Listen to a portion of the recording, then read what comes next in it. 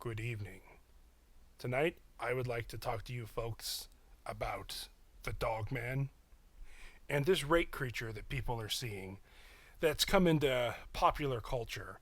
And I wanted to talk to the concept about these two creatures meeting each other, as the Dogman I would consider to be cryptozoological, an undiscovered species that maybe has an origin that's unnatural, maybe genetically modified, maybe even interdimensional, maybe have some demonic or otherworldly tinge to them, to this rake creature, which is this golem looking, emaciated, white, horrible skeleton with either bright or black eyes, and the epitome of what you think of a ghoul or a demon, a boogeyman in the night. And something like that, from a physiology point of view, we think something that's skeletal would be very weak and report of these things as being very strong and moving in a very unnatural way. People describe them as moving like a skeletal spider, bending the wrong way and moving very unnaturally. Um, and it's fascinating to me because when you first get into Bigfoot and you start hearing reports of this dogman creature, you're like, well, that's really out there. An upright walking canine, something that looks like a werewolf. And then after a while, you accept it, and then you hear encounters. Then you realize there's hundreds, if not thousands, of encounters, and people have tracks and video and blurry pictures and stories. And you talk to Native Americans, and then you talk to around the world, and you realize that for thousands of years, there's been depictions of dog-headed men, of werewolves, of upright walking canines, and there seems to be different varieties. And then you look back to classic example of what a ghoul is, or what you would consider like a classic demonic entity. Something that an upright walking dog with enough genetic manipulation makes sense, but something that's skeletal, being very strong with low muscle mass, being able to move, doesn't. It goes against our laws of anatomy and how we move, and the laws of physics of, in order to move, you need muscle to move. And the impending feeling of dread and the inherent evilness and just the strangeness of these creatures makes me think that this rake is something not of our reality, maybe of another dimension, if you will, something going on that really we don't understand. We don't understand Bigfoot. We really don't understand this Dogman. It makes even less sense than a Bigfoot. And then I think you cross into the world of the paranormal, demonic, something really, really, really out there. And I think that's when you cross over to this rake creature that has been reported for a long time. Now, there is a lot of BS out there. There is a lot of creepy pasta, horror narrators, hoaxed video, Halloween costume. You find your skinny friend and put him in a white outfit and have him run through the dark kind of stuff. And it's like that with Bigfoot and Dogman. But I've talked to people who have seen these creatures with tears in their eyes, and they've told me their encounters. Like, I've talked to people who have told me about the dogmen that they've seen.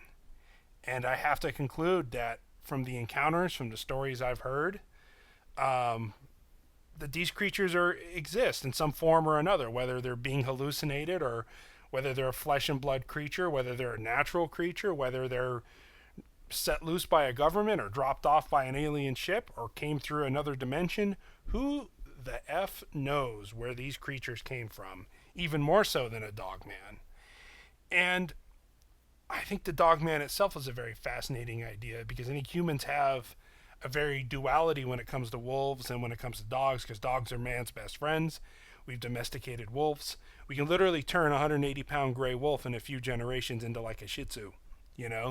It's quite astounding. And the reputation of a dogman: broad shoulders, incredible teeth, large claws, being incredibly fast, being a more perfect hunter than even like a Bigfoot even. Something that just strikes pure terror. Something that seems so odd to have. I think Bigfoot freaks people out because we're kind of the only upright walking ape that's supposed to be around. And then we see a Bigfoot, and then we see something with a snout and ears and realize its legs are maybe shaped more like a dog standing upright, not like a human leg, with a long forepaw. And you really start getting into the world of the bizarre. Now, I'll be completely honest. I've heard some stories on the internet, some encounters, some things I've read. some third and fourth party information that people have told me off the record about these Dogman creatures inhabiting the same area as these Rake creatures. And yes, I have heard stories about them fighting and coming to blows. What their motivation, if the Dogmen are good going after these creatures, if the Rake are good, if they're both bad, they're just two bad entities going after each other. If one's animalistic, just trying to live its life like the Dogman, and something else is just something that encounters it. I have heard stories of these Rake creatures going after smaller or young Dogmen, where there'll be a pack of these creatures and there'll be a more juvenile, smaller one, maybe even something that's close to regular human size. And as ferocious and as strong as they are, even being human sized, imagine a human sized dog and how strong that would be. Now make it upright. That these Rake creatures really wipe the floor with them, but I haven't heard of too many encounters of a great big alpha Dogman. Some of the upper reports of 8, 9, 10 foot tall, ginormous, huge werewolf looking creatures going at it with these Rakes, which make me sound like most predators, most evil, most bad things, or even just animalistic hunting. Animals typically go for the weakest one. You don't go for the biggest, most powerful one. You go for the easiest kill if you got to run it down. So I don't know if that has something to do with the Rake. As strong as these Rake creatures and as unsettling as they are, I'd like to think that a Dogman is just probably doesn't fear anything. It's probably just purely attack. It might think twice about attacking maybe a full-grown Sasquatch or humans, only because, like, I think the same thing with Sasquatch as well. I think they don't attack humans as much or eat humans as much because they know that they're smart enough to know that if I take out one human, more humans are going to show up looking for that one. And they're probably going to show up with guns and flashlights and helicopters and dogs looking for that missing human. So I think these 8 creatures are smart enough to know that. So not necessarily that I think a Dogman would fear a Rake creature. They would probably just either know what it was or know that it wasn't quite human. I don't think they would pick a fight with a Rake creature, but at the same time, I don't think I would consider them fearing it. I don't know. So when it comes down to Bigfoot versus the Dogman and Dogman versus the Rake, my money is on Bigfoot just because I think they have the intelligence, the size, the perfect balance of brawn. I think Dogman are very well equipped, like most dogs, with claws and teeth and fang and strength. But most dogs, even wolves, tend to be very thin-bodied. Like the caliber of gun that it would take to take down a very large Sasquatch with very thick muscles and very thick bones, compared to what it would take to take out like a wolf or a very large dog. There's just much more meatiness to like a Sasquatch than there is to even some of the largest Dogman. So I think Dogman would be quicker, faster, more ferocious, more fangs, more brutal. You got to think those fangs and those jaws sinking into arms and legs and that kind of stuff would be just of the utmost brutality. But then again, these Rake creatures seem to have a supernatural strength to them. Something, like I said, that looks like skin and bones, like a giant gangly spider-looking skeleton thing. And there's reports of these things being incredibly strong. So how would that fare against brutality, physicality, ferociousness, extreme muscle, extreme corporal form of strength and power that you have in one of these Dogman creatures? Pretty much your worst nightmare for a physical form is this giant, overgrown, bloodthirsty werewolf. And then on the other side of it, you have a demonic entity that seems to have otherworldly powers and ability. I think if you're going to base your reality on what me and you experience, I think a full-grown Dogman could pretty much take out anything.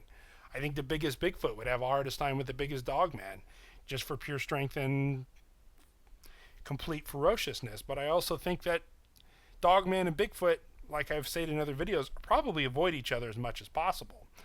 But these Rake creatures, I could see them going after a Dogman, a Bigfoot. I could see them not having the fears that me and you fear. I don't think they're a natural creature that eats and sleeps and goes after things and hunts. So as big and bad as a Dogman is, I think the Rake creature, these demonic entities, are just too well unknown. And we don't know what their capabilities, we don't know what we don't even have an idea of what they can do, of what their strengths are, if they have other things, either mind control or supernatural powers, or what their motivations are. So when you're trying to compare Bigfoot versus the Dogman, all I can go by is some second, third, fourth hand knowledge of there are stories of rakes attacking Dogman. There are reports of the rakes going after smaller dogmen and backing down when they are packs. You don't hear many stories of them going after full grown ones.